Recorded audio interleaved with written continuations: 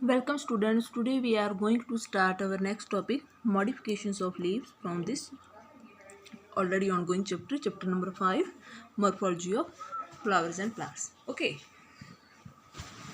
So in this topic basically we will cover about modifications of leaves. Like you has covered in the previous classes in the modification of leaves, modification of root, modification of stems, and now we are going to discuss about modifications of leaves. In this case, basically first one, leaf is modified into a leaf tendril. All of you, I hope all of you have seen leaf tendril is a just weed leaf like structure, but it is a modified into a wire like structure. Okay, wire like structure which gives it through protection and support for the climbing. It is a leaf tendril. Okay, then after that then is a leaf spine. Sorry. Yes. In case of leaf spine, leaves are modified into a pointed spine-like structure. For example, in case of a opuntia plant. Okay, just leaf spine, you can say these are just a spine-like structure, which are thorn-like structure, and these are modified into a spines to reduce the evaporation and for the protection and support. Then leaf scale, again it is a just a small leaf like structure, and leaf becomes thin, dry, papery or membranous. Very thin. Membranous means which leaf is a very thin, and this is it's a example of a ruscus plant. Leaf picture. Picture means in Punjabi you can say kada. Okay, leaf picture in which leaves are modified into a picture shape, and in the picture shape there are so many enzymes are present which entrap the insects for the food need and food need completion. Okay, it is an example of a nepenthes plant. Then leaf bladder. Bladder means which is a bladder like structure. This is a modified into a bladder like structure, again for the storage of the food. Leaf pitcher is also modified for the storage of the food, and bladder is also for the storage of food. Its example is Utricularia. Then phyllodes. Again students, this term is very important. Phyllodes, in it petiole, here not leaf. What is modifying here? Here is a modifying petiole. P for phyllodes, P for petiole. In it petiole becomes flat structure and functional. Means that modification of the petiole takes place, not of the full leaf. Okay, this is a petiole. It is a modified into a normal structure, flat structure. Example in case of acacia means kicker. Then leaflet tendril. Leaflet means these are the leaflets. When the small leaves are present along the midrib, these are known as a leaflet. Leaflet is a modified into a tendril.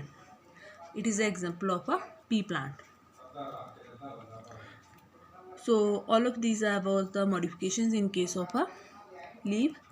Now next is types of leaf. Simple and compound leaf. These are the two major types of the leaf. First one is a simple leaf. Simple leaf, it is a leaf that may be incised to and in depth, but not down to the midrib or petiole. Means incised means cut. A case in which leaf is a cutted only to the small depth, but not up to the midrib. It is a simple leaf. You can see here. These are cuts or incision or incised. These are just smaller one. These are not up to the midrib. It is a simple leaf. Okay. Then on the other hand, in case of compound leaf, leaf is incised up to the midrib, and it is divided into so many number of small parts known as the leaflets. You can see here, in this leaf is incised or cutted in up to the midrib, and further it has formed so many number of small leaf-like structure which are known as the leaflets. It is an example of a compound leaf. Okay. Then further, compound leaf is divided into two parts. One is a pinnately compound leaf. Second is a palmate compound leaf. Let's start first one with the pinnate compound leaf. In pinnate or pinnately compound leaf, midrib is called rachis, and leaflets are arranged on both sides of the rachis. Okay, means that like this way, leaflets are arranged on the both sides, on left side also, on right side also. It is again pinnately compound leaf. It is also pinnate compound leaf. It is a clover and it's a black walnut plant example. Means that leaflets are arranged on both sides, left right. Here also left right. Further, it is again divided into subtypes: unipinnate, bipinnate, tripinnate, and D-compound. Uni means 1, bi means 2, tri means 3, D-compound more than 3. In case of unipinnate, leaf is divided only once and directly attached to the rachis. In all of the cases, we know in case of pinnately compound leaf, leaflets are arranged or attached directly to the midrib. In case of unipinnate, leaf is divided only once. In case of bipinnate, leaf is divided or incised twice. In case of tripinnate, leaf is incised 3 times. In case of D compound, leaf is divided more than thrice or more than 3 times. It was all about pinnately compound leaf. Students, these main points you can note down also. Okay.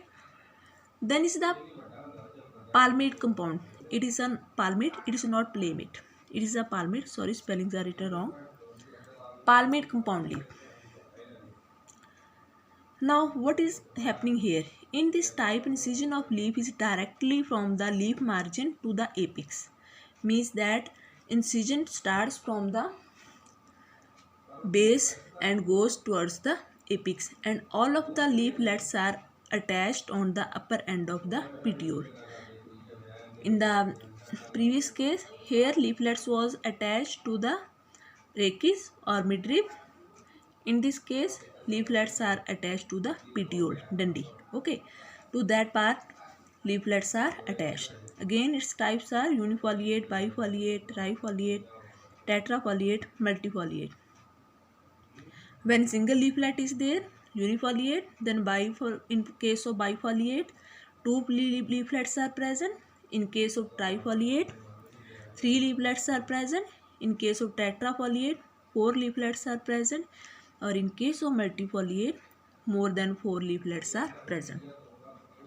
So it was all about modifications of leaves and types of leaves. In case of types of leaf, I am repeating again. 2 types of leaves are there: simple, compound. It is a simple leaf which is only incised at the smaller parts, and it is a compound leaf which is divided or incised up to the midrib, and leaflets are attached on both sides. In case of pinnately compound leaf, leaflets are attached directly to the midrib, and in case of palmate compound leaf, leaflets are attached to the petiole. Okay, these are the types of pinnately compound leaf, and these are the types of unifoliate, bifoliate, tri, tetra, multifoliate of the palmate compound leaf. So it was all about the leaf, and next part, inflorescence, we will start in the next class. So till that point, keep on revision. Thank you, students.